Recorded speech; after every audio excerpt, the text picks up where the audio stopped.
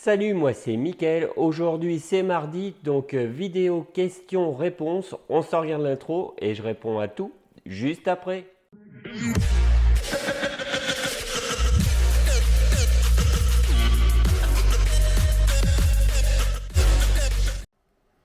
Alors si tu as des questions à poser, n'hésite pas à les faire sous cette vidéo. Donc tu poses directement ta question sur YouTube sous cette vidéo. Comme ça la semaine prochaine j'y répondrai directement. Donc là je vais commencer directement par un truc un petit peu sympa. Ça me fait un petit peu rire quand même. Hein, c'est quelque chose qui court sur les réseaux sociaux, donc ça me fait un tout petit peu rire. Donc là comme tu peux le voir juste ici, eh bien je répondais à la question de Zenox, donc qui avait un peu des doutes sur la technique des deux sauts. Et là, hier, il y a Seb M qui a répondu la technique des moutons. Alors, un youtubeur diffuse cette petite blague, on va dire. Donc, tous ceux qui utilisent, d'après lui, la technique des deux sauts sont des moutons. Alors, soi-disant que ça marche pas. À première vue, il utilise ce type de grille-là, hein, donc les grilles que j'utilisais à mes débuts. Donc là, c'est des grilles qui datent d'il y a 10-15 ans sans problème. Donc depuis, les moutons ont évolué. Maintenant, hop là, je change du cadre. Maintenant, il existe des grilles beaucoup plus performantes. Donc comme tu peux le voir, c'est des petits trous. Ça laisse plus passer la cochonnerie. Ça bloque vraiment dans le fond du seau, hein, contrairement aux grilles que certains utilisent encore. Donc là, forcément, la cochonnerie, elle sort du seau. Donc effectivement, cette grille-là ne sert pas à grand-chose. Mais on est en 2021, donc ça a un tout petit peu évolué. Les moutons aussi, donc les moutons maintenant utilisent ça et ça marche très bien. Donc là, je clôture ce petit aparté. Tout simplement que ça m'a fait rire. J'en ai discuté ce midi avec un youtubeur, il était mort de rire aussi. Donc, soi-disant qu'on me chambre pendant les lives, je ne sais pas, je n'étais pas au courant, je n'ai pas vu du tout ce qui s'est passé. Donc, soi-disant que c'est reparti un petit peu sur la technique des deux sauts, donc ça m'a fait un petit peu rire. Juste après, j'ai eu ce commentaire-là, donc c'est pour ça que je tenais un petit peu à préciser, les moutons ont évolué. Donc maintenant, on va partir sur une question un tout petit peu plus sérieuse. Donc une question de Katharina. Je dois acheter un nouveau nettoyeur à haute pression de chez Karcher. J'hésite entre le K4 à 130 bars et le K5 à 140 bars. Avec plus de barres, la qualité de la mousse du canon à mousse sera plus épaisse ou pas? Alors oui. Alors pour le detailing, en règle générale, un 130 bars va suffire largement. Ce n'est pas la pression du nettoyeur haute pression qui va t'aider à mieux nettoyer, c'est tout simplement les performances des produits.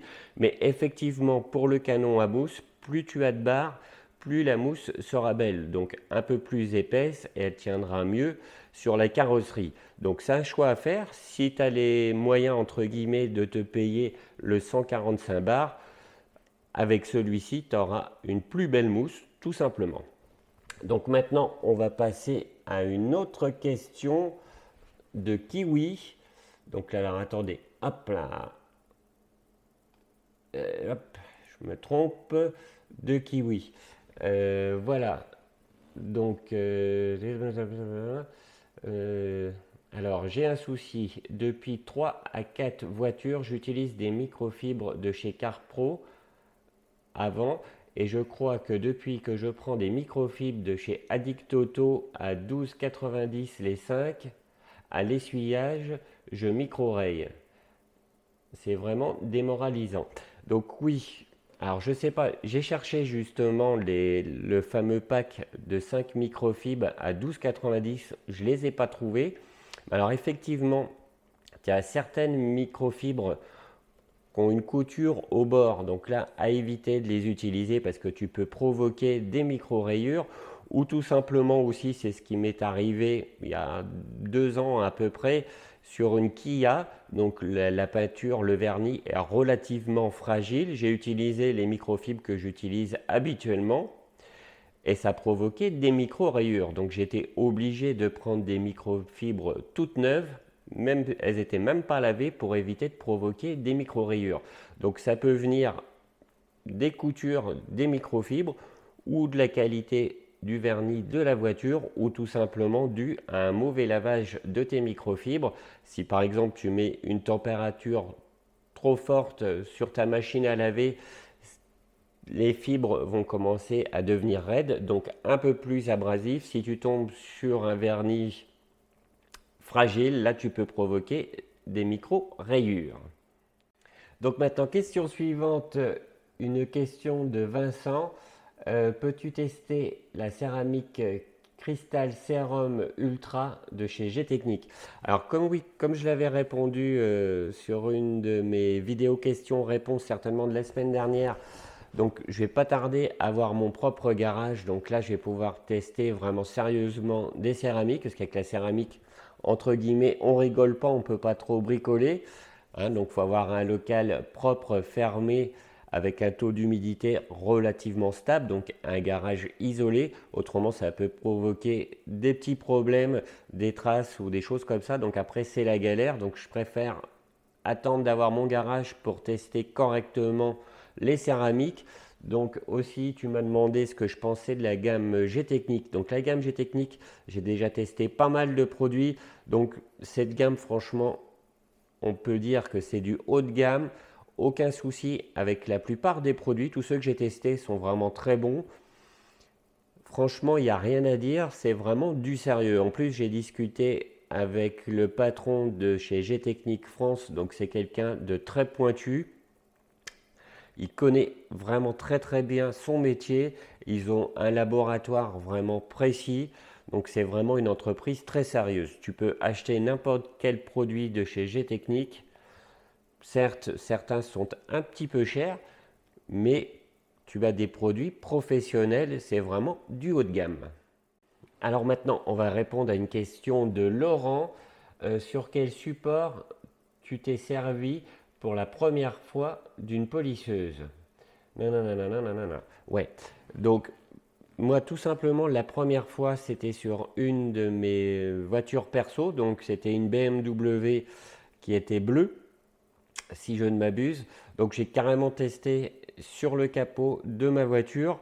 Donc certes, je prenais un risque à l'époque, mais j'avais fait énormément de recherches sur le polissage. Donc j'ai regardé tout ce qui se faisait, soit sur les forums, sur YouTube bien sûr, parce que c'est vrai que l'image explique un peu mieux. J'ai posé quelques questions à des professionnels et qui ont bien voulu m'aider. Donc à l'époque, c'était super sympa parce que c'est vrai que c'était un peu difficile d'avoir des infos.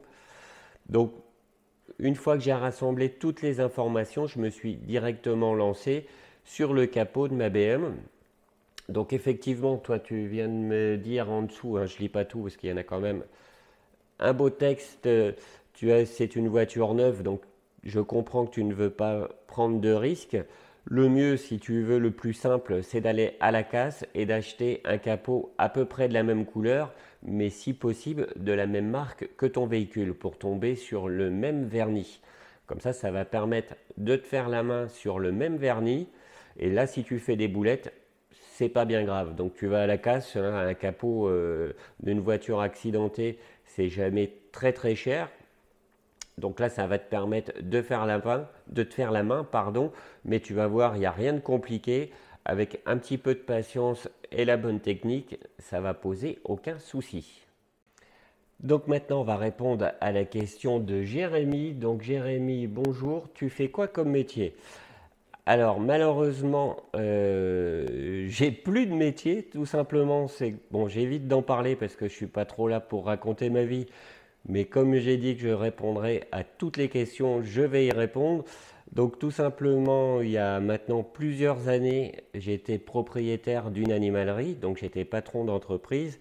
Et malheureusement, je suis tombé malade, donc j'ai eu une encéphalite virale herpétique. Donc c'est une maladie qui détruit la tête en quelques secondes, donc j'ai failli mourir. Avec un coup de chance, j'ai fait quelques jours de coma. Et puis au bout d'un bon mois d'hospitalisation, j'ai réussi à m'en sortir. Donc je ne sais pas pourquoi, coup de bol, mais je suis encore vivant et je suis debout. Normalement, ça ne devrait pas être le cas. Donc depuis, malheureusement, j'ai été obligé de vendre mon entreprise. Et c'est pour ça que j'ai cherché à trouver une passion. Et la passion, c'est quoi? C'est le detailing. Donc voilà pourquoi je m'investis beaucoup dans le detailing, dans les vidéos, à répondre aux questions, etc., etc. C'est tout simplement que j'ai énormément de temps dû à mon état de santé. Donc bien sûr, je ne suis pas sans arrêt dessus parce que quelquefois ma maladie me provoque des douleurs, donc des douleurs fantômes. Donc quelquefois, j'ai pas trop la forme, j'ai pas trop la pêche. Quelquefois, je parais un petit peu bout, c'est tout simplement parce que les médicaments antidouleurs me calquent bien la tête, donc je suis toujours des fois un petit peu mou. Mais enfin voilà, donc le sujet est clos, j'ai répondu à ta question, et voilà. Donc maintenant, je vais encore répondre à deux questions pour pas que la vidéo dure 3 heures non plus. Donc une question de Cédric. Pour sécher sa carrosserie, il faut utiliser quoi? De préférence peau de chamois, microfibre multi-usage ou poil long? Alors la peau de chamois, on va dire que c'était bon il y a 20 ans. Hein, on utilisait ça parce qu'il y avait tout simplement que ça. La microfibre multi-usage, donc là c'est pas du tout fait pour ça. Hein, donc, je vais te répondre non. Le mieux, c'est tout simplement acheter deux microfibres spécialement conçues pour le séchage. Donc, j'en ai déjà parlé dans une précédente vidéo. Hein, tu vas sur n'importe quel site de detailing, tu tapes microfibre de séchage et tu en choisis deux. Alors, pourquoi deux? Une qui va absorber, on va dire, 90% de l'eau.